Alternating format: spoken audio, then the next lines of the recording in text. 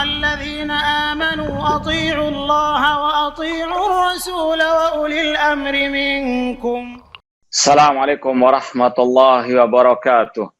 إن الحمد لله نحمده ونستعينه ونستغفره ونعوذ بالله من شرور أنفسنا ومن سيئات أعمالنا. من يهده الله فلا مضل له ومن يضلل فلا هادي له. أشهد أن لا إله إلا الله وحده لا شريك له وأشهد أن محمدا عبده ورسوله. يا أيها الذين آمنوا اتقوا الله حق تقاته ولا تموتن إلا وأنتم مسلمون. يا أيها الناس اتقوا ربكم الذي خلقكم من نفس واحدة وخلق منها زوجها وبث منهما رجالا كثيرا ونساء واتقوا الله الذي تساءلون به والأرحام إن الله كان عليكم رقيبا. يا أيها الذين آمنوا اتقوا الله وقولوا قولا سديدا يصلح لكم أعمالكم ويغفر لكم ذنوبكم ومن يطع الله ورسوله فقد فاز فوزا عظيما. أما بعد فإن أصدق الحديث كتاب الله وخير الهدي هدي محمد صلى الله عليه وسلم وشر الأمور محدثاتها وكل محدثة بدعة وكل بدعة ضلالة وكل ضلالة في النار. Ikhwani fillah wa akhwati rahimani wa rahimakumullah. Alhamdulillah, segala puji bagi Allah Subhanahu wa taala yang memberikan kepada kita banyak kenikmatan-kenikmatannya, di antaranya nikmat Islam, nikmat sunnah Rasulullah SAW, nikmat al-aqidah sahihah, nikmat memiliki kesehatan dan keselamatan. Semoga Allah Subhanahu wa taala senantiasa menyelamatkan kita dari segala hal yang tidak diinginkan di dunia wal akhirah. Langsung saja, insyaallah kita akan melanjutkan kajian kitab Al-Qawaidul Muslah fi Sifatillahi wa Asmaul Husna oleh Fadilatul Syekh Muhammad bin Shalih Al-Utsaimin rahimallahu taala. Kita sampai pada bab tentang atau kaidah kedua yang berkaitan dengan bab dalil-dalil tentang penetapan nama-nama dan sifat-sifat Allah Subhanahu wa taala. Al-qaidah ats-tsaniyah al-wajib fi nususil Qur'ani wa sunnah ijra'uha ala dhahiriha. Kewajiban kita dalam menyikapi nas-nas Al-Quran dan Sunnah adalah memberlakukannya sesuai dengan dohirnya. Memahaminya sesuai dengan dohirnya. Duna tahrifin, tanpa menyelewengkan maknanya. La siyama nususis sifat, terutama nas-nas tentang sifat-sifat Allah Subhanahu wa taala. Haitsu la majala ra'yi fiha, yang tidak ada tempat bagi akal atau pendapat manusia dalam menetapkannya. Ana ulangi lagi, kaidah kedua yang wajib bagi kita semuanya adalah, atau kewajiban kita adalah menyikapi nas-nas Al-Quran dan Sunnah adalah memberlakukannya sesuai dengan dohirnya. Tidak boleh mentahrif, menyelewengkan maknanya, khususnya terutama dalam nas-nas sifat-sifat Allah Subhanahu wa taala yang tidak ada tempat bagi akal dalam menetapkannya. Ikhwani fillah wa akhwati rahimani wa rahimakumullah. Ini adalah kaidah yang sangat penting yang merupakan salah satu jurang pemisah antara ahli sunnah dengan ahli al-bid'ah. Ya, bahwasanya ahli sunnah wal jamaah memahami ayat-ayat atau hadis-hadis tentang sifat sesuai dengan dohirnya. Namun nanti akan ada perincian. Apa yang maksud dengan dohirnya itu? Karena beda pemahaman antara ahli sunnah dengan ahlu at-ta'wil atau ahli bidah tentang dohir nas tersebut. Ya. Kalau ahlul bid'ah memahami dohir nas tentang sifat-sifat Allah itu at-tashbih. Ketika mereka melewati ayat bal yadahu mabsutatan, bahkan kedua tangan Allah terbentak. Kalau ahlul bid'ah memahami dohir ayat itu tashbih, menyerupakan Allah dengan makhluk, mereka pun akhirnya mentakwil. Adapun ahli sunnah, mereka mengatakan dohir nas tersebut Allah punya tangan sesuai dengan kebesarannya.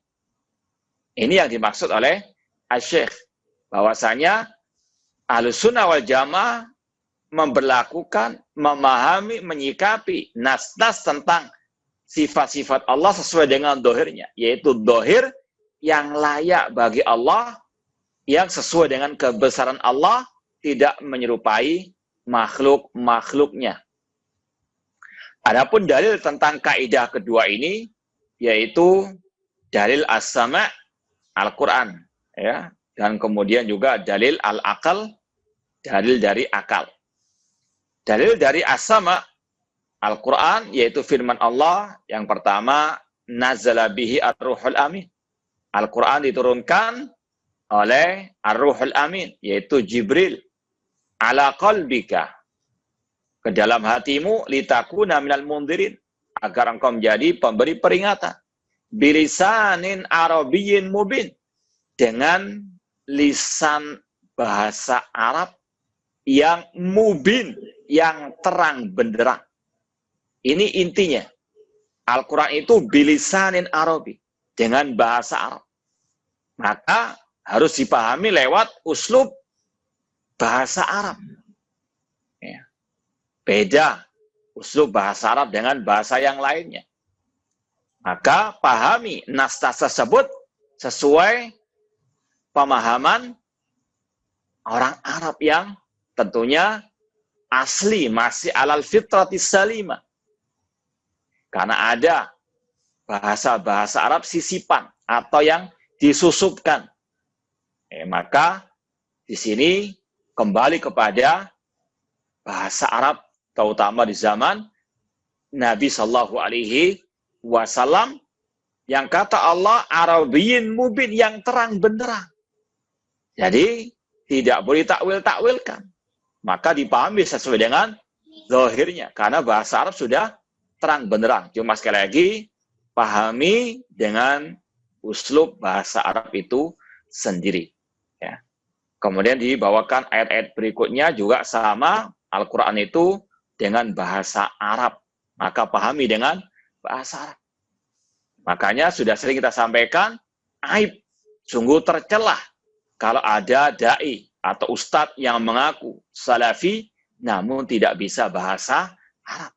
Karena Al-Quran dengan bahasa Arab. Bagaimana dia akan menyampaikan tafsir Al-Quran?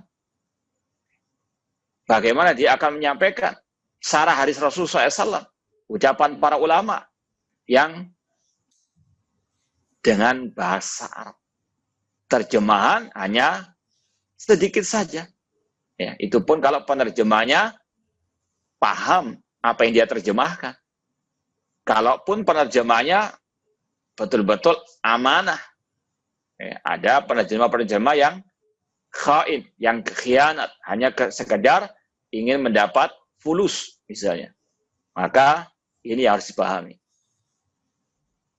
Kemudian kata Syekh, wa hadza yadullu ala wujubi fahmi ala ma yaqtadihi dhahiruhu bil lisanil arabi.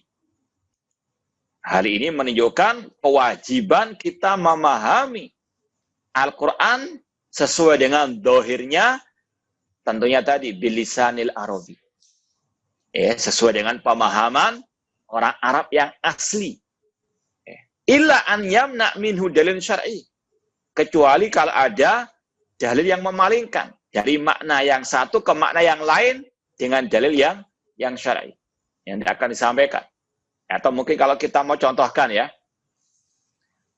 kelompok Jahmiyah atau Wahdatul Wujud misalnya, yang mengakui bahwa yang meyakini Allah itu bersatu dengan hamba-hambanya, Allah di mana-mana. Mereka pakai dalil ayat, wa huwa ma'akum aina ma kuntum. Mereka meyakini zahir ayat ini Allah di mana-mana. Ya, wa huwa, dia Allah ma'akum, bersama kalian, aina ma kuntum, di mana saya kalian berada. Kata mereka zahir ayat ini seperti ini. Ya, itu pemahaman mereka. Maka kita katakan itu bukan dohir yang Allah inginkan.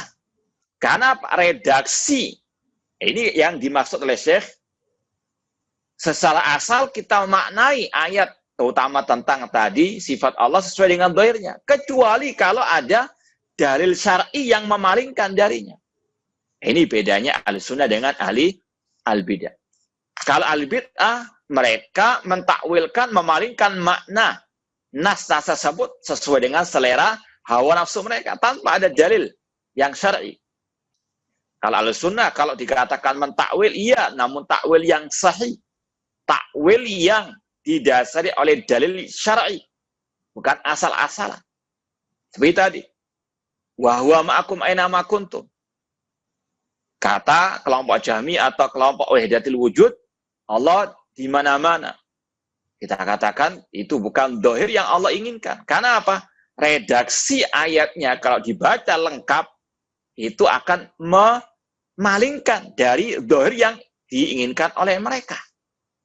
Huwaladzi khalaqas samawati wal arda fi sittati ayyamin tsumma stawa 'alal arsy ya'lamu ma yaliju fil ardi wa ma yakhruju minha wa ma yanzilu minas sama'i wa ma yarju fiha wa huwa ma'akum aina ma kuntum wallahu bima ta'maluna basir. Dialah Allah yang menciptakan langit dan bumi dalam 6 masa. Kemudian dia istiwa tinggi di atas al-arsy. Ini zatnya Allah di atas arsy. Kemudian Allah mengatakan ya'lamu ma yalju fil ardi wa ma yakhruju minha. Dia Allah tahu apa yang masuk ke dalam bumi dan apa yang keluar dari bumi.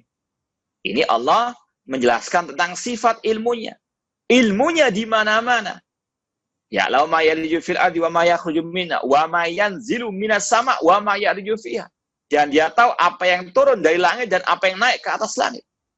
Kemudian Allah baru mengatakan wa huwa ma'akum aina ma kuntum. Dia bersama kalian di mana saja kalian berada. Kemudian Allah tutup ayatnya dengan kata-kata wallahu bima ta'maluna basir, dan Allah Maha tahu apa yang kalian perbuat.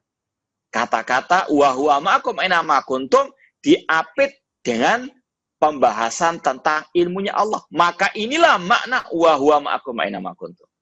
Dia bersama kalian, yaitu dengan ilmunya, bukan dengan zatnya. Ya, ini pemahaman bahasa Arab demikian. Kata para ulama, al-ayat tufhamu minas siyaqi wa minas sibaq. Ayat itu dipahami lewat redaksinya dan juga terkadang lewat ayat-ayat sebelumnya. Nah, ini redaksi ayat tadi wa huwa ma'akum aina ma kuntum itu berkaitan dengan ilmunya Allah. Jadi sekali lagi, secara asal nas itu sesuai dengan dohirnya, apalagi yang berkaitan dengan sifat Allah. Kecuali kalau ada dalil syar'i yang memalingkan dari makna yang satu ke makna yang lainnya. Ini perbedaan ahli sunnah dengan ahli al-bid'ah. Wa hadha yadullu ala wujubi fahmi ala ma yaqtadi dhahiruhu bil lisanil arabi illa an yamna minhu dalilun syar'iyyun. Insyaallah di bab selanjutnya, bab setelah ini akan ada pembahasan yang terperinci dengan contoh-contoh yang sangat luar biasa tentang bedanya pemahaman ahli bid'ah dohir nas tersebut dengan pemahaman ahli sunnah wal jamaah. Wa qad dzamma Allah Ta'ala al-Yahud. Allah mencela orang-orang Yahudi ala tahrifihim, karena mereka suka menyelewengkan makna kalam Allah, yuharrifunal kalima an mawadhi'i. Mereka suka mentahrif, menyelewengkan makna yang hak kepada makna yang batil sesuai dengan selera hawa nafsu mereka. Wa bayyana annahum bi tahrifihim min ab'adin nas 'anil iman. Dan Allah menjelaskan mereka itu jauh dari keimanan karena mereka suka mentahrif kalam Allah. Allah berfirman, afatatma'una ayyuminu lakum wa qad kana fariqum minhum yasma'una kalam Allah thumma yuharrifunahu min ba'di ma aqalu wa hum ya'lamun. Ya, di antara intinya di situ mereka yuharrifun, mentahrif kalam Allah. Ya. Kemudian Allah mengatakan minalladzina had yuharrifunal kalima an mawadhi. Ini kebiasaannya al-Yahud. Dan inilah yang juga diikuti oleh sebagian kaum muslimin. Dan inilah yang juga menunjukkan kebenaran sabda Rasul sallallahu alaihi wasallam. Rasul mengatakan, la tattabi'unna sanana man kana qablakum shibran bi shibrin wa dhira'an bi dhira'in hatta law dakhalu juhradabin la dakhaltumu. Sungguh kalian umat Islam akan mengikuti jejak orang-orang sebelum kalian. Selangkah demi selangkah, sejengkal demi sejengkal. Kalau seandainya mereka masuk ke lubang dob, binatang di gurun pasir, maka kalian juga akan masuk ke dalam. Para sahabat bertanya, al-Yahud wa Nasara ya Rasulullah? Apakah orang-orang sebelum kita itu adalah orang Yahudi wa Nasara ya Rasulullah? Rasul menjawab, faman, siapa lagi kalau bukan mereka yang kalian ikuti. Di antaranya adalah masalah mentahrif. Seperti yang diungkapkan oleh Al-Imam Ibnu Qayyim rahimahullah, bahwasanya orang-orang yang mentakwil istawa dengan istaula. Ya. Al-bidah yang mentakwil istawa dengan istaula itu mirip dengan orang Yahudi. Ya, kata Ibnu Qayyim rahimahullah, alangkah miripnya lamnya ahli bid'ah, ahli takwil tersebut dengan nunnya Yahudi. Yahudi ketika diperintah mengatakan hittatun, ya Allah ampunilah kami. Mereka mengatakan hintah, ditambahin nun, hintah. Orang-orang sekarang ketika dikatakan Ar-Rahman alal al-istawa, Allah istawa, tinggi di atas arsy.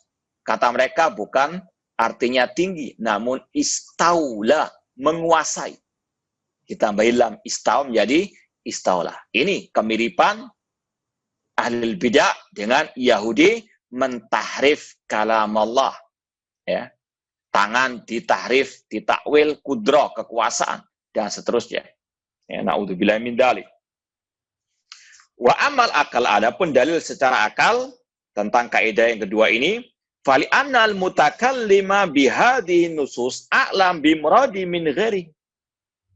Yang berbicara yaitu Allah Subhanahu wa taala dengan nas-nas tadi, dialah yang paling tahu apa maksud daripada ayat-ayat tersebut, terutama tadi tentang sifat-sifatnya. Makanya Allah mengatakan, a'antum a'lamu amillah. Apakah kalian lebih tahu tentang Allah Subhanahu wa taala daripada Allah? Ya. Kalau ada yang mengatakan, ya, na'udzubillah min dzalik, kufur akbar. Ya. Lebih mengetahui daripada Allah, na'udzubillah min dzalik. A'antum a'lamu amillah. Ya, apalagi ini masalah gaib. Hanya dari wahyu kita mengetahui sifat-sifat Allah tersebut. Makanya ahlul bid'ah itu sebetulnya mereka adalah orang yang tidak berakhlak. Ya. Kenapa? Karena mereka merasa lebih pintar daripada Allah.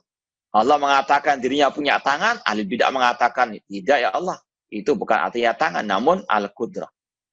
Engkau tidak tinggi di atas arsy, namun engkau menguasai arsy. Ini kurang ajarnya ahli al-bid'ah. Mereka yang tidak berakhlak. Ya, mereka yang menyelisih akidah Ahlussunnah wal Jamaah, mereka lah yang sebenarnya tidak berakhlak. Ya. Fali anal mutakallim bihadi nusus a'lam bi muradi min ghairihi. Ya, Allah yang menurunkan Al-Quran tersebut, dialah yang lebih tahu tentang maksudnya. Makanya Imam Asy-Syafi'i rahimahullah mengatakan, amantu billah wa bima ja'anillah ala muradillah. Aku beriman kepada Allah dan dengan apa yang diturunkan oleh Allah sesuai dengan apa yang dikehendaki oleh Allah. Ala muradillah, karena Allah yang lebih tahu. Ya. Wa amantu bi Rasulillah. Aku beriman kepada Rasulullah. Wa bima ja'a Rasulillah ala muradi Rasulillah. Dan dengan apa yang disampaikan oleh Rasulullah SAW sesuai dengan yang dikehendaki oleh Rasulullah SAW. Wa qad khatabana bilisanil arabiyyi al-mubin. Ya. Dan Allah telah menyampaikan nas tersebut dengan bahasa Arab yang terang benderang. Bilisanil arabiyyi al-mubin. Fawajaba qabulu. Maka wajib menerima nas tersebut ala dhahiri, sesuai dengan zahirnya. Wa illa lakhtalafatil ara' wa tafarraqatil ummah. Maka wajib memahami nas tersebut sesuai dengan zahirnya. Jika tidak, maka akan terjadi perbedaan pendapat dan perpecahan. Dan inilah yang terjadi. Ketika mereka tidak memahami sesuai dengan pemahaman yang hak yang diinginkan oleh Allah dan Rasulnya, maka yang terjadi perpecahan umat. Jadi perpecahan umat itu bukan gara-gara dakwah tauhid, bukan gara-gara dakwah sunnah. Perpecahan itu muncul karena mereka salah memahami ayat dan hadis Rasulullah SAW. Seperti yang diucapkan oleh Al-Imam Ibnu Abil Is Al-Hanafi rahimahullah. Beliau mengatakan, bal su'ul fahmi anillahi wa rasulihi man sya'u kulli bid'atin wa dhalalatin fi hadhihi ummah. Bahkan salah memahami ayat dan hadis Rasulullah SAW itulah sumber kesesatan dan kebid'ahan di tengah-tengah umat.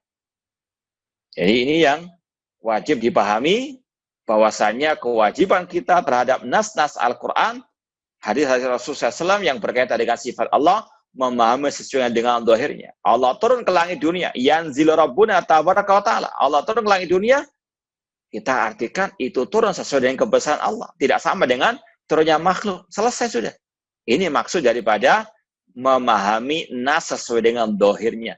Yanzilu rabbuna, Rabb kita turun ke langit dunia. Ya sudah, pahami sesuai dengan zahirnya. Ini pemahaman Ahlussunnah wal Jamaah. Wa yabqa wajhu rabbika dzul jalali wal ikram. Kekal wajah Rabb. Ya sudah, pahami. Kekal wajah Allah. Sesuai dengan kebesaran Allah, tidak sama dengan wajah makhluk. Ini zahir yang diinginkan oleh Allah dan Rasulnya SAW dan dipahami oleh para salafu as-saleh. Wallahu ta'ala alam. Nah, kita lanjutkan.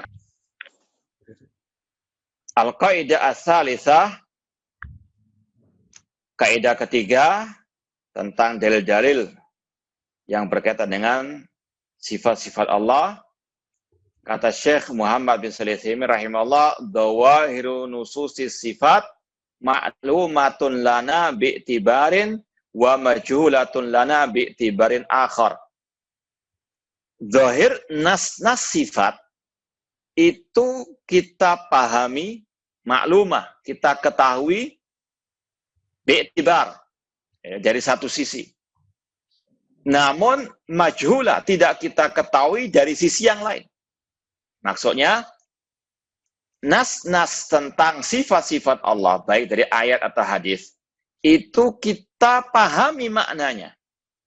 Tapi bagaimananya, kaifiyahnya itu yang tidak kita ketahui. Itu maksud dari ucapan beliau, ma'lumatun lana bi'tibarin wa majhulatun lana bi'tibarin akhar. Dan ini mengingatkan kita kepada ucapan Imam Daril Hijrah, Al-Imam Malik rahimahullah ta'ala, ketika ditanya tentang al-istiwa, beliau mengatakan al-istiwa'u ma'lum. Arti istiwa itu diketahui, dipahami. Ya, makanya ditafsirkan oleh ulama as-salaf seperti Abul Aliyah, Mujahid. Arti istawa adalah ala wartafa, Allah tinggi di atas al-arsh. Itu maklum dari segi maknanya. Ya, karena bilisanin Arabiyyin mubin. Namun dari segi kaifiyahnya, beliau mengatakan wal kaifu majhul. Adapun bagaimana istiwa Allah, sifat-sifat Allah tidak diketahui. Dan sudah pernah kita sampaikan ucapan Imam Malik itu kaidah tentang nama-nama atau sifat-sifat Allah Subhanahu wa taala semuanya. Bukan hanya berkaitan dengan sifat istiwa saja. Makanya dari situlah diantaranya diambil ucapan atau kaidah ketiga ini. Nas-nas atau dohir nas-nas sifat itu maklumah, diketahui maknanya, tapi tidak diketahui bagaimananya. Dan ini juga nanti akan disampaikan oleh Syekh juga, ya, salah satu pembeda juga antara ahli sunnah dengan ahli al-bidah. Ya. Kemudian kata beliau, fabi'tibaril makna hiya maklumah. Dari segi maknanya diketahui. Karena apalah artinya nasas itu Allah turunkan kalau tidak dipahami maknanya. Ya. Rasul SAW paham maknanya, apa arti Ar-Rahman al-Arsy istawa. Para sahabat demikian. Wa yabqa wajhu rabbika dzul jalali wal ikram, mereka paham sesuai dengan pemahaman bahasa Arab mereka. Ya. Dan tidak ada satupun riwayat dari Rasul ataupun dari para sahabat misalnya mentakwilkan istawa dengan istaulah atau ya dengan al-qudrah, tidak ada. Ya. Sekali lagi, inilah pemahaman Ahlussunnah wal Jamaah tentang nasas sifat tersebut. Wa bi'tibaril kaifiyati hiya 'alaiha majhulatun. Adapun dari sisi bagaimananya sifat Allah tidak diketahui. Ini sudah kita sampaikan, ya. Wa qad dalla 'ala dzalik as-sam' wal aql. Kaidah ketiga ini dalilnya tetap sama, dalil as-sama, dalil naql dan dalil al-aql. Itulah Ahlussunnah. Semuanya bid-dalil. Apalagi masalah akidah. Tidak bisa hanya dengan perasaan, tidak bisa dengan akal-akalan, namun bid-dalil. Dari Al-Quran dan Sunnah Rasulullah SAW, atau dari Al-Quran ataupun Sunnah Rasulullah SAW as-sahihah. Adapun dari akal hanya apa, sebagai pendukung saja, sampingan saja. Yang intinya dalil as-sama'. Faminhu qaulu ta'ala. Di antaranya firman Allah, kitabun anzalnahu ilaika mubarakun liyadabbaru ayatihi wa liyatadzakkara ulul albab. Al-Quran Allah turunkan kepada engkau Nabi Muhammad yang dibarokahi untuk mereka mentadabburi. Mentadabburi apa? Makna ayat-ayatnya. Namanya mentadabburi itu menunjukkan maknanya bisa dipahami. Karena kalau ayat-ayat itu nggak bisa dipahami, terutama tentang sifat-sifat Allah, apalah artinya Allah memerintahkan untuk liyadabbaru. Ya, seolah-olah perintah itu abas, sia-sia. Karena apa? Ayat-ayat sifat tidak bisa dipahami maknanya. Ini sesungguhnya tuduhan yang keji kepada Al-Quran dan Sunnah Rasulullah SAW. Demikian pula Allah mengatakan, inna ja'alnahu Qur'anan Arabiyyan la'allakum ta'qilun. Sesungguhnya kami menjadikan Al-Quran dengan bahasa Arab, la'allakum ta'qilun. Agar kalian ta'qilun. Ya, memahaminya. Seandainya ayat-ayat sifat tidak bisa dipahami, ya, ini sekali lagi, apalah artinya Allah turunkan. Kemudian kata Syekh, wa tadabbur la yakunu illa fima yumkin al-wusul ila fahmi.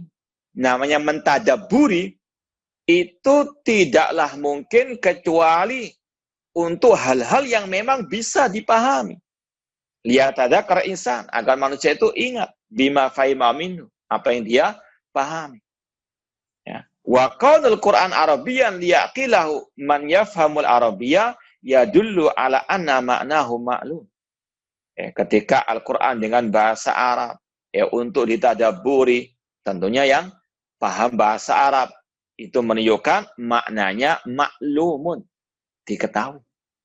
Apalagi ayat-ayat berkaitan dengan sifat-sifat Allah yang merupakan ayat-ayat yang sangat mulia. Bahkan ayat kursi yang isinya juga berkaitan dengan sifat-sifat Allah merupakan ayat yang termulia. Bagaimana dikatakan maknanya nggak bisa dipahami, sedangkan itu ayat yang paling mulia. Ya. Wa illa lama kana farqun baina an yakuna bil lughati arabiyyah aw ghairiha. Ya, seandainya tidak bisa dipahami, maka apa bedanya dengan selain bahasa Arab? Ya. Wa bayanun Nabi SAW Al-Quran linnas samilun li bain lafdi wa bain makna. Rasul SAW ketika menjelaskan Al-Quran kepada manusia, Rasul menjelaskan baik secara bacaannya dan juga secara apa? Maknanya. Maka harus betul-betul dipahami bahwasanya ayat-ayat tentang sifat-sifat Allah itu maknanya maklumatun. Sudah diketahui, sudah dipahami oleh Rasul, oleh para sahabat Ar-Rasul sallallahu alaihi wasallam. Adapun dalil secara akal, fali anna minal muhal an yunazzilallaha ta'ala kitaban aw yatakalam Rasul sallallahu bi kalamin yaksid bi hadzal kitab wa hadzal kalam an yakuna hidayah lil khalqi wa yabqa fi a'dhamil umur wa ashaddiha daratan majhulul makna bi manzilatil huruf hijaiyah. Secara akal mustahil Allah menurunkan Al-Quran atau Rasul menyampaikan sunnahnya yang tujuan Al-Quran dan sunnah sebagai hidayah. Sebagaimana kata Allah dalam surat Al-Baqarah, Alif Lam Mim dzalikal kitabu la raiba fihi hudal lil muttaqin. Al-Quran petunjuk bagi orang yang bertakwa. Syahrul Ramadan unzila fil Quran hudan linnas. Al-Quran sebagai petunjuk bagi manusia. Kalau ada petunjuk namun nggak bisa dipahami, itu namanya bukan petunjuk. Antum bisa bayangkan saja ya, misalnya antum keluar kota, antum nggak tahu jalan, antum mungkin waktu zaman dulu nggak ada Google Map misalnya, hanya mengandalkan petunjuk arah yang ditempelkan oleh dishub atau pemerintah setempat. Mau ke Jakarta misalnya, arahnya kemana? Ada petunjuknya. Kalau misalnya tulisannya itu pakai bahasa Sanskerta, antum nggak akan bisa sampai ke Jakarta, mungkin sampai Irian. Karena apa? Nggak paham bahasanya. Di sini lebih utama lagi, petunjuk menuju surga Allah. Bagaimana? Nggak bisa dipahami. Itu mustahil.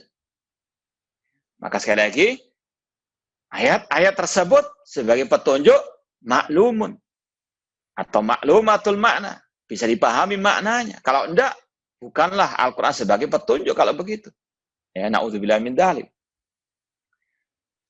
Al-Quran sebagai huda linnas, petunjuk bagi manusia, yang sangat dibutuhkan oleh manusia, mustahil kalau dia tidak bisa dipahami. Kalau Anda nggak bisa memahami, bukan berarti nggak bisa dipahami secara mutlak. Anda saja yang belum paham.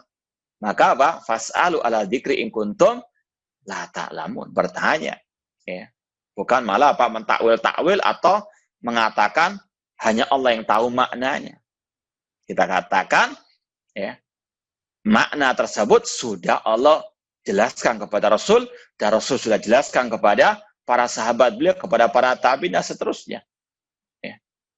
Kemudian kata beliau, tidak mungkin Al-Quran yang berkaitan dengan sifat-sifat Allah itu ayat-ayatnya seperti huruf hijaiyah yang memang tidak bisa dipahami. Apa artinya alif? Tidak bisa. Apa artinya lam? Itu bukan kalimat mufidah atau jumlah mufidah yang memang nggak bisa dipahami. Seperti dalam bahasa Latin misalnya, ABC misalnya. Apa arti B? Antum nggak bisa jawab. Apa arti B? Ya B. Beda kalau arti misalnya saya pergi ke masjid misalnya.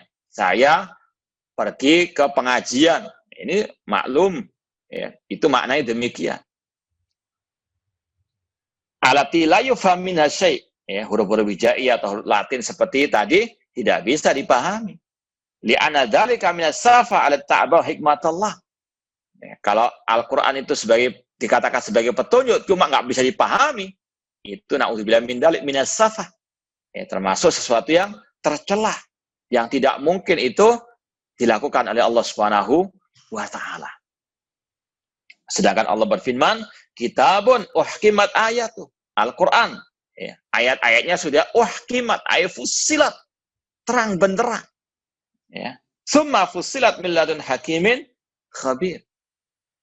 Dan para sahabat Rasulullah SAW mempelajari Al-Quran tersebut sesuai dengan pemahaman yang diinginkan oleh Allah dan Rasulullah SAW. Seperti yang sudah sering kita sampaikan, bagaimana dulu para sahabat belajar kepada Rasul Al-Quran. 10 ayat, 10 ayat. Mereka nggak akan berpindah kepada ayat yang lain sampai 10 ayat pertama itu mereka betul-betul pahami. Maka tidak mungkin ada ayat yang berkaitan dengan sifat-sifat Allah nggak bisa dipahami. Ya, na'udzubillah min dzalik. Hadi dilalatu sama' wal akal ala ilmina bima'ni nususil sifat. Inilah yang ditunjukkan oleh dalil Al-Quran, dalil akal tentang pengetahuan kita bahwasanya makna nas-nas sifat itu bisa dipahami. Wa amma dilalatuha ala jahrina ala habi'tibal kaifiyah faqad sabaqat fil qaidati salisa min qaidati sifat. Adapun tentang bagaimananya sifat-sifat Allah itu kita tidak tahu. Seperti yang dijelaskan dalam kaidah ke-6 dari kaidah-kaidah khusus tentang sifat-sifat Allah, yaitu larangan mentakyif, membagaimanakan sifat-sifat Allah. Sebagaimana kata Imam Malik, al-kaifu majhul. Jadi inti kaidah ya ketiga ini seperti yang diucapkan oleh Imam Malik di awal ucapan beliau, al-istiwa maklum. Ya, kalau kita tambahkan ya dengan berbagai macam sifat Allah ya maklumatun. Sifat-sifat Allah itu diketahui. Maklumatun apa? Maklumatul makna. Sedangkan al-kaifu majhul. Sedang bagaimananya itu majhul. Nah. Qala Syekh Muhammad bin Shalih Al-Utsaimin, Syekh mengatakan wa bihada, dan dari penjelasan ya tadi, ulima butlanu madhabil mufawwidah alladzina yufawwiduna ilma ma'ani nususi sifat wa yad'una anna hadza madhhabus salafi. Dan dari penjelasan tadi, yaitu penjelasan bahwasanya kita paham makna-makna nas-nas sifat tersebut, atau makna atau nas-nas sifat itu bisa diketahui maknanya, tapi tidak bisa diketahui bagaimananya. Ya. Dari penjelasan ini, dari kaidah ini kita mengetahui kesesatan, kebatilan mazhab namanya al-mufawwidah. Jadi ada kelompok atau ajaran al-mufawwidah. Yaitu apa? Alladzina yufawwiduna ilma ma'ani nususi sifat. Yaitu yang menyerahkan makna nas-nas sifat kepada Allah. Ya. Antum kalau mau ditambahkan itu, alladzina yufawwiduna ilma ma'ani nususi sifat ilallah. Antum mungkin bisa tambahkan, ya, yaitu orang-orang yang menyerahkan ilmu makna tentang sifat-sifat Allah, nas-nas sifat Allah kepada Allah, ilallah. Yufawwiduna ilma ma'ani nususi sifat ilallah. Dan lebih parahnya lagi, mereka mengklaim bahwasanya itu mazhab salaf. Jadi, zulumatun ba'duha fawqa ba'din. Kesesatan di atas kesesatan, kegelapan di atas kegelapan. Sudah gagal paham, kemudian berdusta dengan menisbatkan kesesatan itu kepada mazhab as-salaf. Jadi, kalau kita mau tambahkan lagi, bedanya Ahlus Sunnah dengan Ahlul Bid'ah dalam bab ini ya. Ahlus Sunnah itu yufawwidunal kaifiyah. Ahlus Sunnah itu menyerahkan kaifiyah, bagaimana sifat Allah kepada Allah. Kalau dikatakan salaf itu mufawwidah, iya, mufawwidah dalam masalah apa? Kaifiyah. Ya. Ahlus Sunnah yufawwidun kaifiyata sifatillah ilallah. Ahlus Sunnah menyerahkan bagaimana sifat Allah kepada Allah. Menyerahkan. Tapi mereka memahami maknanya. Sebagaimana sekali lagi, ingat terus ucapan Imam Malik. Al-istiwa maklum. Tentang maknanya itu diketahui. Makna sifat-sifat Allah. Atau nasa sifat Allah diketahui. Ya. Bagaimana yang tidak kita ketahui. Adapun ahlul bid'ah, khususnya al-mufawwidah atau ahlu tafwid, mereka mengatakan hanya Allah yang maha tahu. Hanya Allah yang tahu apa makna dari nas sifat tersebut. Misalnya ketika mereka melewati ayat Ar-Rahman 'alal arsy istawa. Mereka mengatakan wallahu a'lam, apa arti istawa. Ya. Jadi kata-kata wallahu a'lam dalam bab ini itu tercela. Ya. Jadi hati-hati, nggak semua kata-kata Allah alam itu bisa dibenarkan. Ya. Misalnya, kalau ada santri, ujian ditanya, apa arti Ar-Rahman al-Istawa? Wallahu alam, antum interogasi. Ya. Apakah betul wallahu alam itu dia nggak tahu maknanya, atau dia punya keyakinan hanya Allah yang maha tahu, maknanya tidak ada yang tahu kecuali Allah saja. Nah, ini ajaran mufawwidah. Ya. Jadi kata-kata wallahu a'lam dalam bab ini adalah ajaran kelompok sesat al-mufawwidah. Kemudian lebih parah lagi, mereka yad'un anna hadha madhab salaf. Mereka menyandarkannya kepada madhab as-salaf. Ya, dan ini juga sering dilontarkan oleh dai-dai harakah di zaman ini, di negeri kita ini juga. Katanya madhab salaf itu mufawwidah, menyerahkan maknanya kepada Allah. Wa yad'una anna hadha madhaba as-salaf. Kita katakan itu salafnya kalian, bukan salaf kita. Kalau salafnya kita, salafus saleh, para sahabat, tabi'in, mereka membahas, mereka mengajarkan makna nas tersebut. Seperti yang kita contohkan tadi dari ucapan Abul Aliyah Mujahid yang mentafsirkan istawa dengan ala wartafa. Artinya dipahami maknanya. Dibahas oleh para ulama maknanya. Ini adalah kedustaan terhadap as-salaf. Dan juga ucapan Imam Malik jelas, al-istiwa maklum. Arti istawa itu sudah dipahami maknanya. Bukan hanya Allah yang maha tahu. Nanti akan disampaikan juga dari ucapan Syekhul Islam Ibnu Taimiyah, ini sungguh tuduhan keji kepada Rasul sallallahu alaihi wasallam. Seolah-olah Rasul nggak paham. Seolah-olah para sahabat tidak paham. Atau kalau bahasa lebih lembutnya lagi, ini menuduh Rasul jahil terhadap makna nas tersebut. Atau para sahabat jahil tidak tahu. Na'udzubillahi min dzalik. Ini tuduhan keji kepada Rasul dan para sahabat Rasul sallallahu alaihi wasallam. Ana mau contohkan salah satu istilahnya tokoh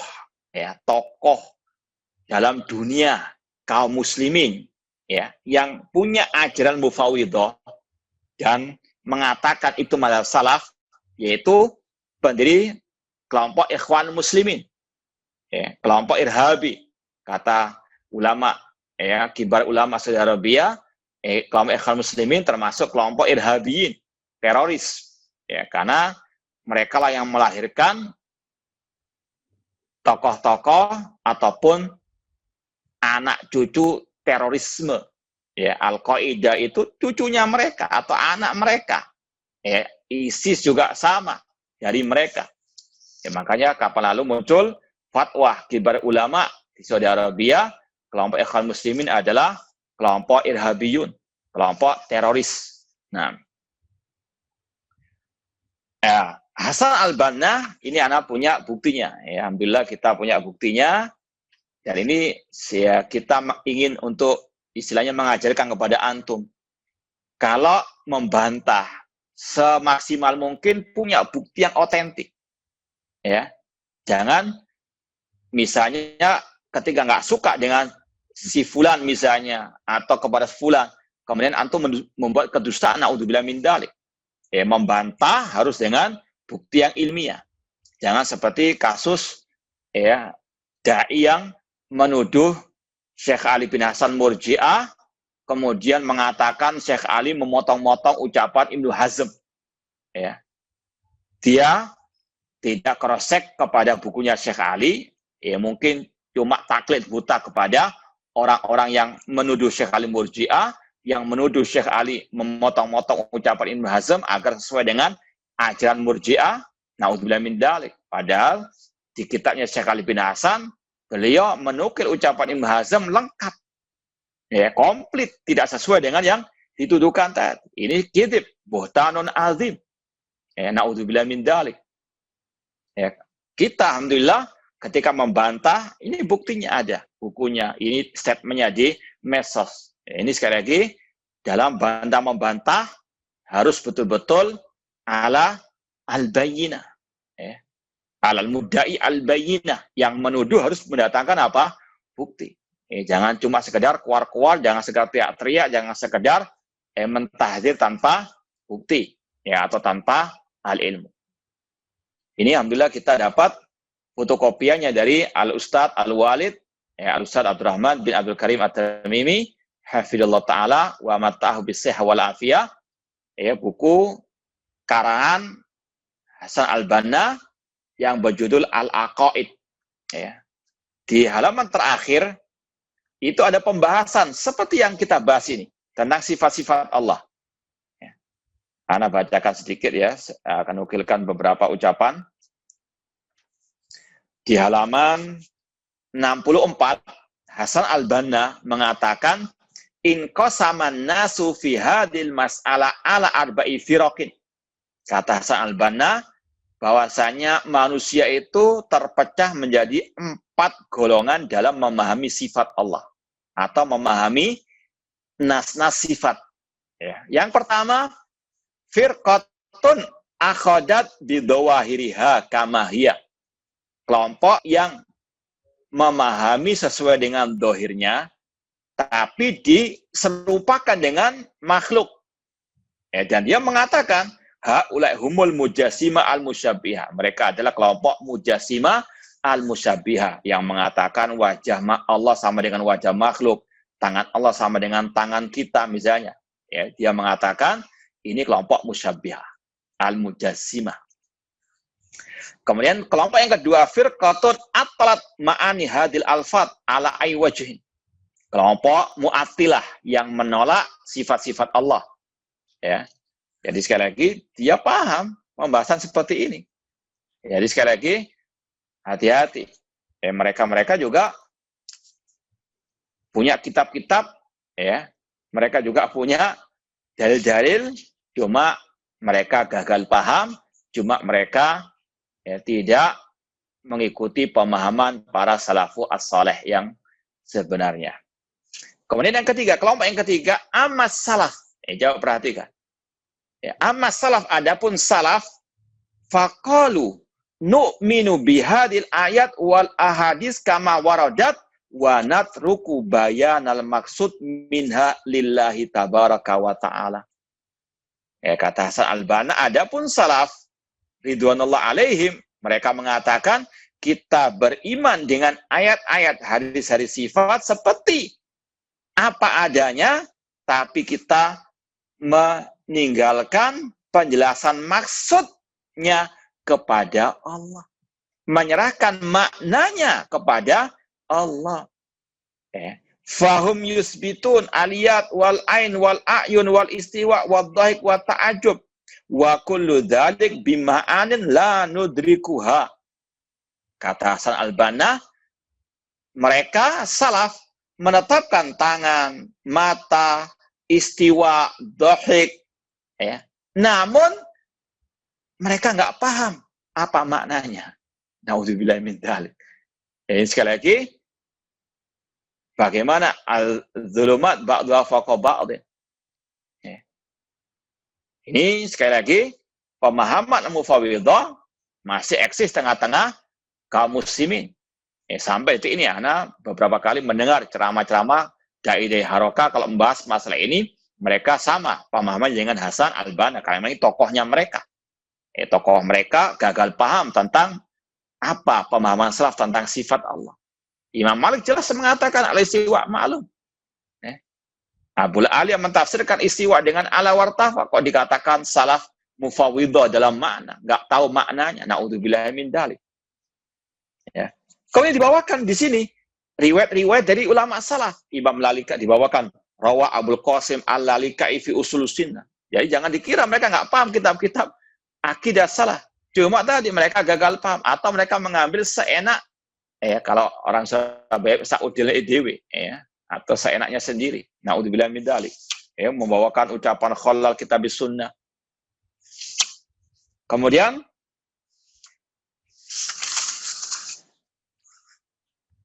di halaman 70 dia mengatakan qaddamtu laka anna salaf ridwanullah alaihim yu'minuna bi ayati sifat wa ahadithiha kama waradat wa yatrukuna bainal maksud minha.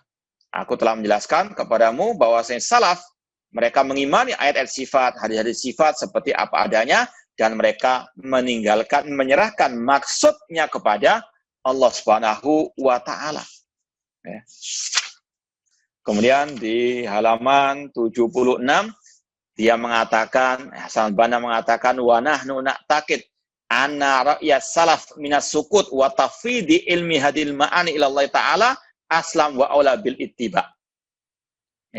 Kita meyakini bahwasanya pendapat salaf yaitu diam, tidak memahami makna ayat-ayat sifat, hadis sifat, itulah yang aslam, lebih selamat dan lebih utama untuk diikuti.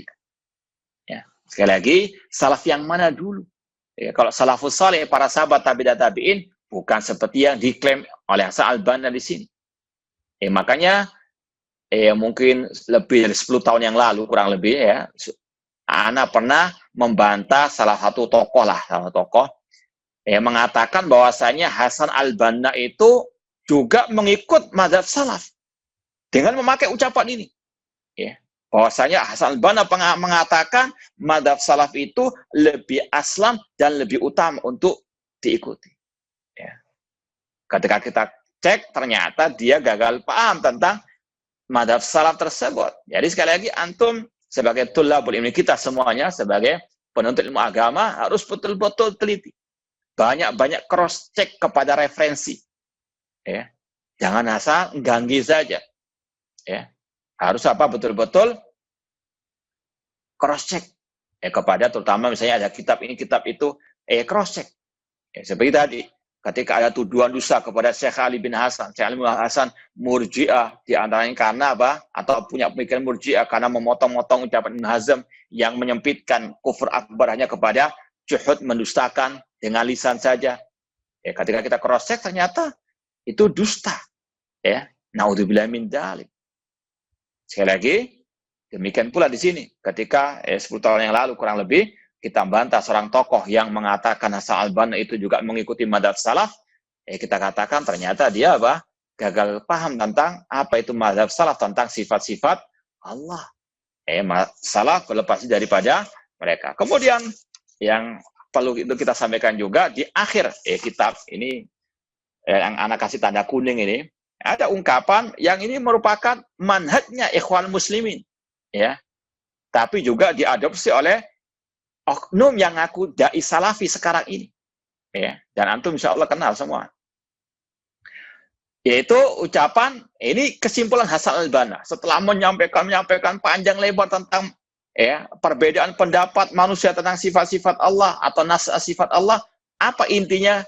Yang paling penting kata dia, wa ahammu ma yajib an tatawajjah ilaihi himamul muslimin al-an tauhidus sufuf wa jam'ul kalimah mastata'na ila dzalika sabila. Kata dia di penutupan kitab ini, yang paling penting sekarang ini bagaimana himamul muslimin, semangatnya kaum muslimin untuk bersatu. Gak usah bahas ini ahlu tafwid, ahlu takwil, gak usah saling mencela sesama kaum muslimin. Kita bersatu. Lawan kita adalah komunis, lawan kita adalah liberal, misalnya. Atau lawan kita sekarang ini, atau seperti yang didengungkan oleh sang oknum dai tadi, ketika ada penghinaan kepada Rasul, nggak usah mencaci maki sama kaum muslimin. Kita sekarang musuhnya satu ini. Naudzubillah min dzalik. Ini adalah ajarannya ikhwan muslimin Hasan al-Banna. Maka hati-hati. Dan sang oknum banyak menebarkan syubhat kelompok ikhwan muslimin ke dalam barisan dakwah salafiyah. Naudzubillah min dzalik. Maka hati-hati sekali lagi, syubhat itu bukan dari luar sana, bukan dari apa? Dalam orang-orang yang mengaku Ahlus Sunnah wal Jamaah. Jelas-jelas ini ucapan kelompok ikhwan muslimin. Ya.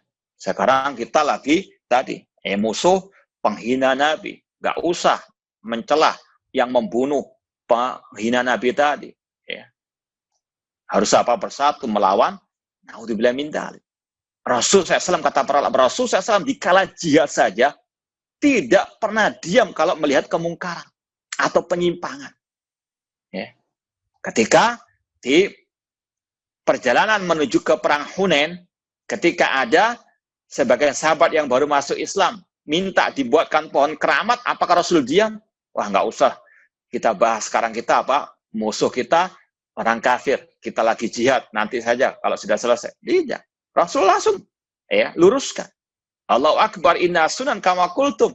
Kama qalat Bani Israil li Musa, ija'lan ilan kama lahum alihah. Ya. Demikian pula kitab Sahih Bukhari ketika Imam Bukhari membawakan bab la yuqal fulan syahid. Tidak boleh mengatakan fulan syahid. Ya. Itu ketika di perang, ada sebagian sahabat mengatakan si fulan ini luar biasa pemberani. Ya. Kata Rasul, huwa finnar. Orang ini di neraka. Ini di kala perang. Rasul mentahdzir. Ya.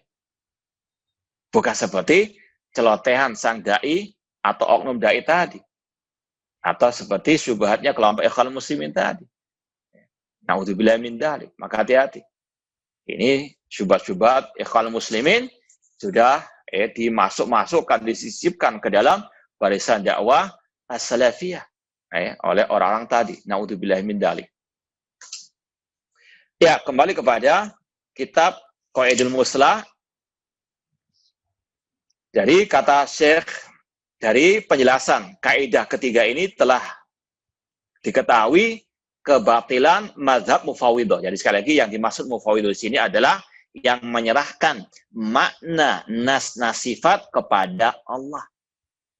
Adapun yang menyerahkan kaifiyah bagaimana sifat Allah, itu ajaran hak, itu ajaran Ahlussunnah wal Jamaah. Jadi bedakan antara tafwidul makna dengan tafwidul kaifiyah. Adapun menyerahkan maknanya kepada Allah, ini ajaran sesat al-mufawwidhah. Bahkan kata nanti Syekhul Islam mengatakan syarru ahlil bidah. Jelek-jeleknya ahlil bidah al-mufawwidhah tadi. Adapun tafwidul kaifiyah, itulah mazhab as-salaf as-salih. Al-kaifu majhul. Ya. Wassalaf bari'una min hadzal mazhab. Sedangkan salafus saleh itu berlepas diri daripada mazhab ini. Seperti yang kita sampaikan tadi. Imam Malik mengatakan al-istiwa maklum. Demikian pula Abul Aliyah, Mujahid, kemudian juga Abdullah bin Abbas radhiyallahu anhuma ketika membahas tentang apa arti wasi'a kursiyyuhus samawati wal ard. Kursinya Allah meliputi langit dan bumi. Kata Abdul Abbas, kursinya Allah artinya maudhi'ul qadamain, tempat kedua telapak kaki Allah Subhanahu wa taala. Nah, wa qad tawataratil aqwal anhum bi isbatil ma'ani. Telah mutawatir banyak riwayat-riwayat dari para salafus saleh tentang penetapan makna dari sifat-sifat Allah tadi. Lihat nusus atau menetapkan makna-makna bagi nas-nas sifat Allah, ijmalan ahyan wa tafsiran ahyan, terkadang secara global, terkadang secara perinci. Wa tafwidul kaifiyah ila ilmillahi azza wa jalla, dan mereka menyerahkan bagaimananya kepada Allah. Ya. Qala Syekhul Islam Ibnu Taimiyah, Syekhul Islam Ibnu Taimiyah rahimahullah berkata di dalam kitabnya Al-Ma'ruf bil Aql wan Naql. Kalau mungkin antum bisa tambahkan, ini alhamdulillah ada referensinya kitabnya. Kalau mau mungkin lebih mudahnya antum tulis di kitab Dar'u Ta'arudil Aql wan Naql. Dar'u Ta'arudil Aql wan Naql, jilid yang pertama. Dar'u Ta'arudil Aql wan Naql, jilid yang pertama. halaman 201. Jadi bukan sesuai dengan ini ya, kalau cetakan Nana.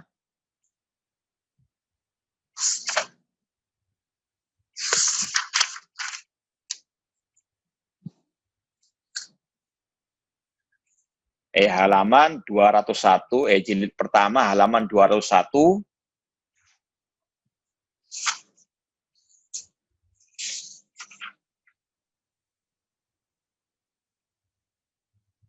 Kalau mungkin ditambahkan,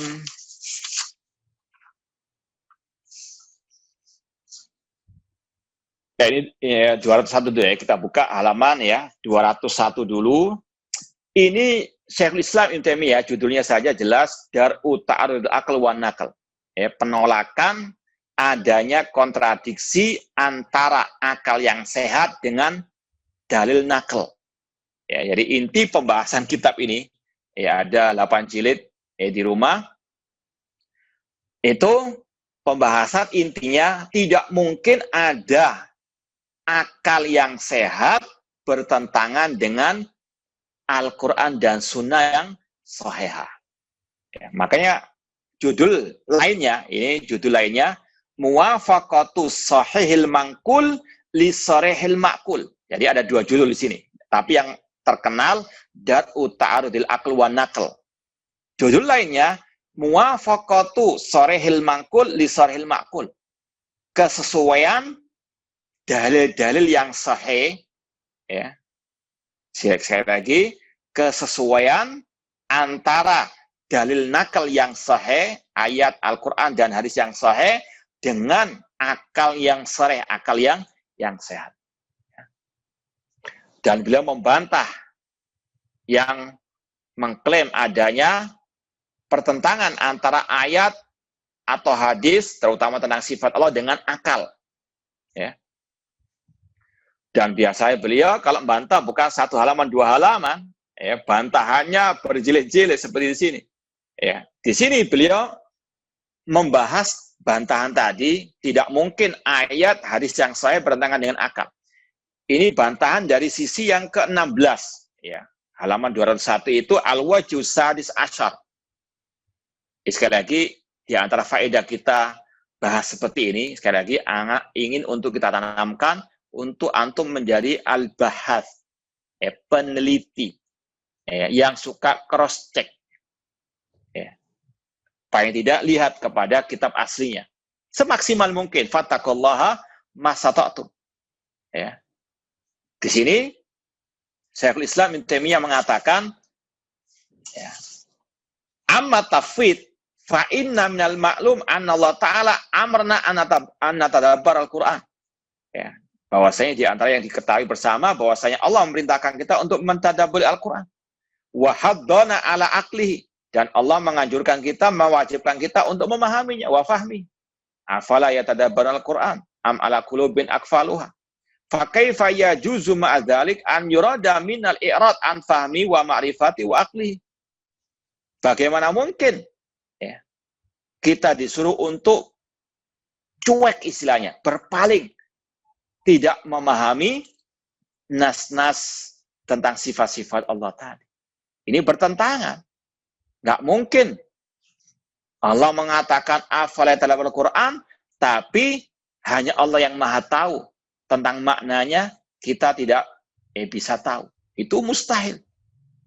Ini di halaman 21 yang disampaikan oleh Syekh di sini juga.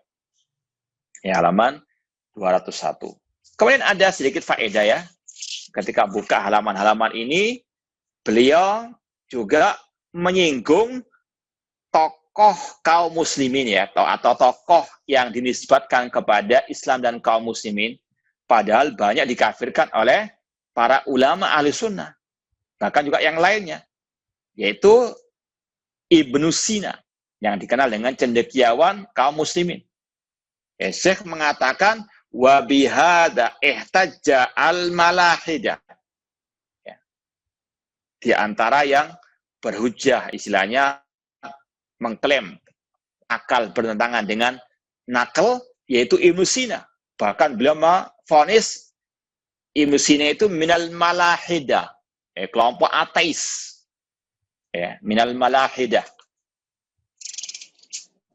Bahkan dikatakan lagi pada halaman berikutnya, summa inna ibna Sina wa amsalahu minal batiniya al-mutafalsifa wal qaramita.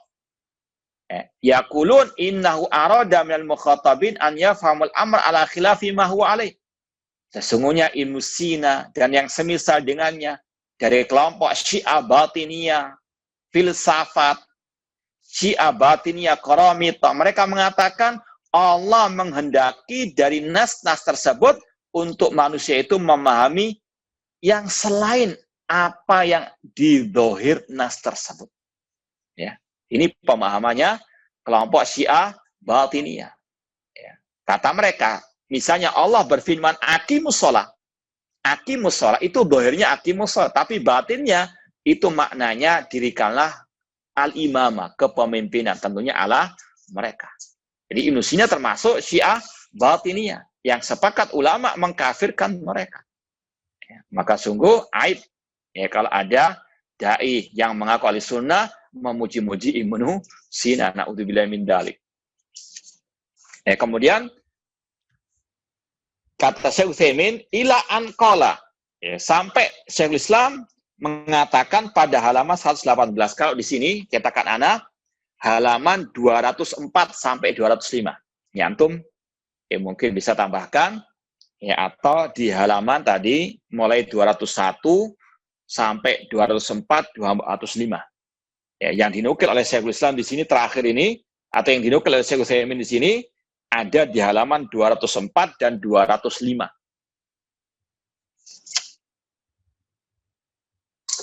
Nah, biar kalau misalnya antum mau merujuk lebih tahu dengan referensi aslinya di halaman tadi. Dar'ut Ta'arudul Aql wa Naql, jilid pertama, halaman 201 itu nuklear yang pertama, kemudian nuklear yang berikutnya halaman 204 sampai 205. Kita baca, ila anqala wa hina idzin fayakunu ma wasafallahu bi nafsihi fil Qur'an aw katsirun mimma wasafallahu bi nafsihi la ya'lamul anbiya makna.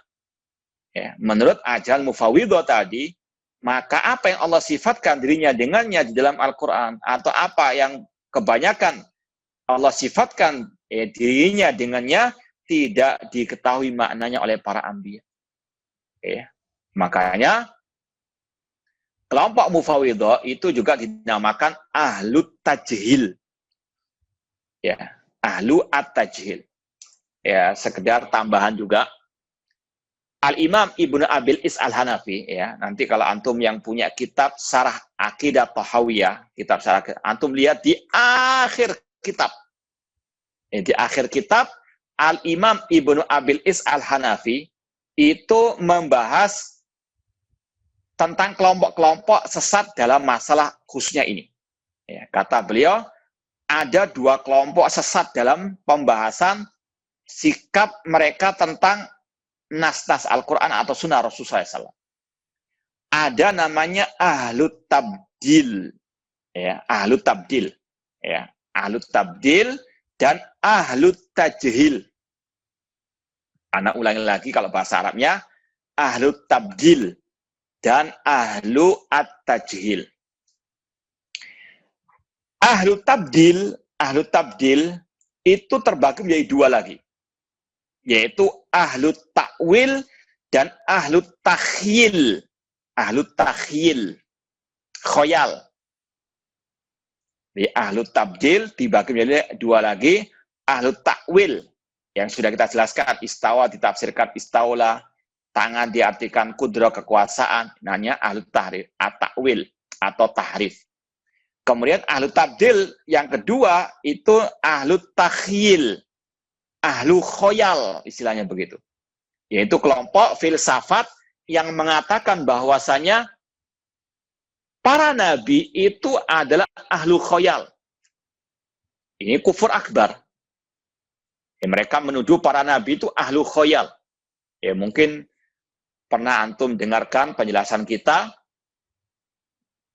Kelompok filsafat yang ekstrim, ya, kelompok filsafat yang ekstrim, mereka mengatakan para nabi, ya, atau istilahnya setiap manusia, setiap orang bisa mencalonkan diri menjadi nabi, ya.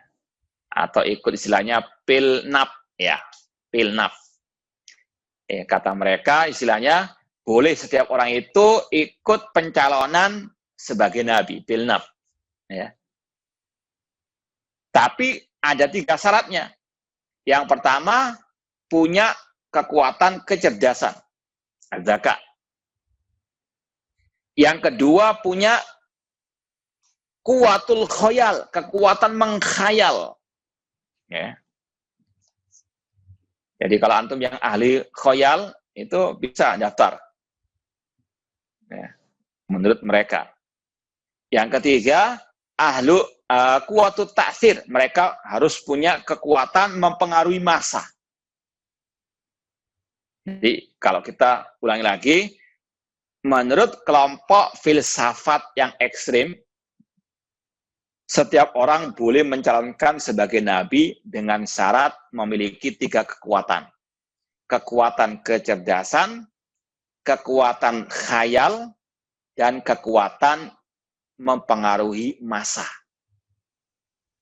Yang intinya kedua tadi, khoyal. Para nabi itu kata mereka ahlul khoyal, kuat khayalannya.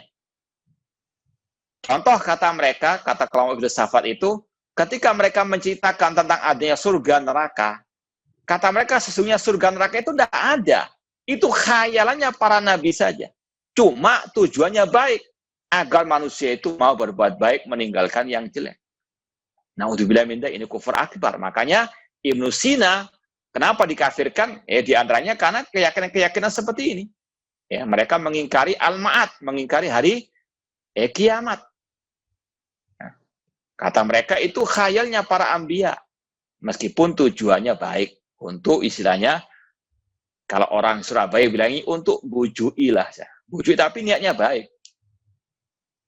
Membohongi manusia tapi tujuannya baik. Na'udzubillah min dzalik. Makanya mereka dikatakan ahlu takhyil. Jadi ada 2 kelompok secara umum yang sesat dalam memahami nas-nas ayat atau hadis tentang sifat Allah khususnya atau secara umum. Yang pertama ahlu tabdil. Ahlu tabdil terbagi lagi menjadi 2. Ahlu takwil tahrif dan ahlu takhyil. Kemudian kelompok kedua yang sesat ahlu tajhil. Ahlu tajhil. Kenapa dikatakan tajhil tadi? Karena membodoh-bodohkan para nabi. Menuduh para nabi itu jahil, tidak paham makna sifat-sifat atau nas-nas sifat Allah. Ya. Atau membodoh-bodohkan para sahabat. Seolah-olah para anbiya, mereka nggak paham. Na'udzubillah min dzalik. Bal yakulun kalaman la yaqiluna makna. Ya, mereka menuduh para anbiya itu mengucapkan ucapan yang tidak dipahami maknanya. Na'udzubillah min dzalik. Ya. Kemudian beliau mengatakan wa ma'lumun, telah diketahui anna hadza qadhun fil Qur'an wal anbiya. Ini tuduhan keji kepada Al-Qur'an dan kepada para anbiya. Kalau dikatakan tadi ayat-ayat Al-Qur'an ada yang nggak bisa dipahami, na'udzubillah min dzalik. Ini tuduhan keji kepada Al-Qur'an, sedangkan Al-Qur'an tadi hudan linnas, petunjuk bagi manusia. It kana Allahu anzalal Qur'an wa akhbar annahu ja'ala hudan wa bayanan linnas. Sedangkan Allah telah menurunkan Al-Qur'an dan mengabarkan Al-Qur'an itu sebagai petunjuk, penjelas bagi manusia. Wa amr rasul an yuballigh al-balaghal mubin. Dan Rasul diperintahkan untuk menyampaikan. Wa an yubayyin linnas ma nuzila ilaihim wa amra bitadabbur Qur'an wa aqli. Dan Rasul diperintahkan menjelaskan kepada manusia apa yang Allah turunkan kepada mereka. Kalau Rasul nggak paham juga, gimana mau mengajarkan kepada manusia?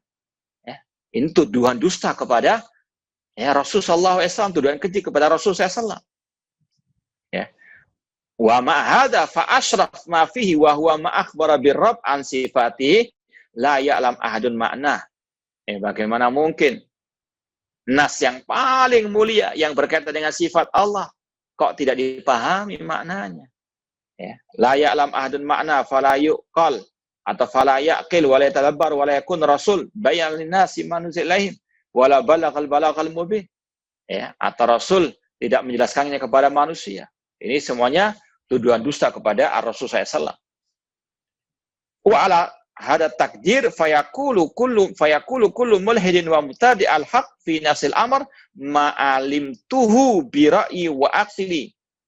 Ya. Kalau dikatakan tadi Rasul nggak paham, kemudian ahlul bidah tadi mereka mentafsirkan seolah-olah mereka mengatakan bahwasanya yang benar adalah apa yang diketahui oleh akalku. Ini tadi dzulumat ba'dha fawqa ba'din. Kegelapan dan kegelapan, kesesatan dari kesesatan. Menuduh Rasul jahil tapi menganggap dirinya apa? Tahu makna ayat-ayat sifat. Na'udzubillah min dzalik. Ya, ini luar biasa kesesatan mereka. Makanya terakhir nanti kesimpulannya al-mufawwidhu syarru alil bidah. Ya, karena tuduhan mereka keji kepada Al-Quran, kepada para nabi, kepada Rasul SAW, kepada para sahabat. Ya. Walaysa fi nusus ma yunaqid dzalik. Dan tidak ada dalam nas yang menentang apa yang ada dalam pikiranku tadi. Li'anna tilka nusus muskilatun mutasyabih. Kata mereka, nas-nas ayat itu muskilah. Ya, artinya bermasalah. Ya, mutasyabih, samar-samar. Na'udzubillah min dzalik. Wa la ya'lam ahadun ma'na wa ma la ya'lam ahadun ma'na la yajuz an yustadalla bihi. Ya, kata mereka, tidak ada seorang pun yang paham makna ayat-ayat tersebut. Dan kalau tidak ada yang paham maknanya, tidak boleh berdalil dengannya. Ini tuduhan keji lagi kepada Al-Quran. Ya, kalau Al-Quran nggak bisa dipahami maknanya, kata mereka berarti ayat Al-Quran itu tidak bisa jadikan dalil. Ini luar biasa kesesatan mereka. Fayabqa hadal kalam saddan li babil huda wal bayan min jadil anbiya. Maka ucapan mereka ini penutup menjadikan Al-Quran sebagai petunjuk. Kalau dikatakan Al-Quran nggak bisa dipahami maknanya, maka sudah tutup, sudah nggak usah jadikan petunjuk. Wa fathan li babi man yu'ariduhum. Dan itu sebagai pembuka pintu bagi yang menyelisih Al-Quran. Yaitu innal huda wal bayan fi tariqina la fi tariqil anbiya. Yang intinya nanti ikuti kami, jangan ikuti para nabi. Li annana nahnu na'lam ma naqul. Karena kita tahu apa yang kita ucapkan, wa nubayyin, dan kita jelaskan kepada manusia bil adillatil aqliyah, dengan dalil akal. Wal anbiya lam ya'lam, sedangkan para nabi tidak tahu. Ya. Mayaqulun fadlan an yubayyinu muradahum fatabayyan anna qaula ahli tafwid alladziina yaz'umun anna muttabi'il sunnah was salaf min syari' aqwali al-bid'ah wal ilhad.